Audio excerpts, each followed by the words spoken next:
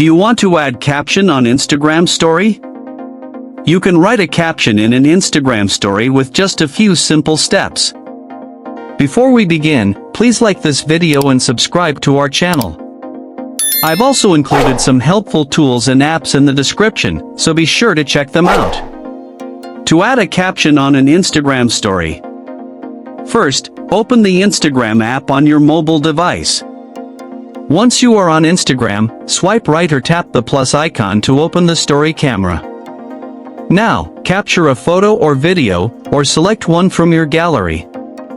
After your image or video is on the screen, you will see the Add a Caption option at the bottom of the screen. Just tap on it and type the caption you want to add to your story.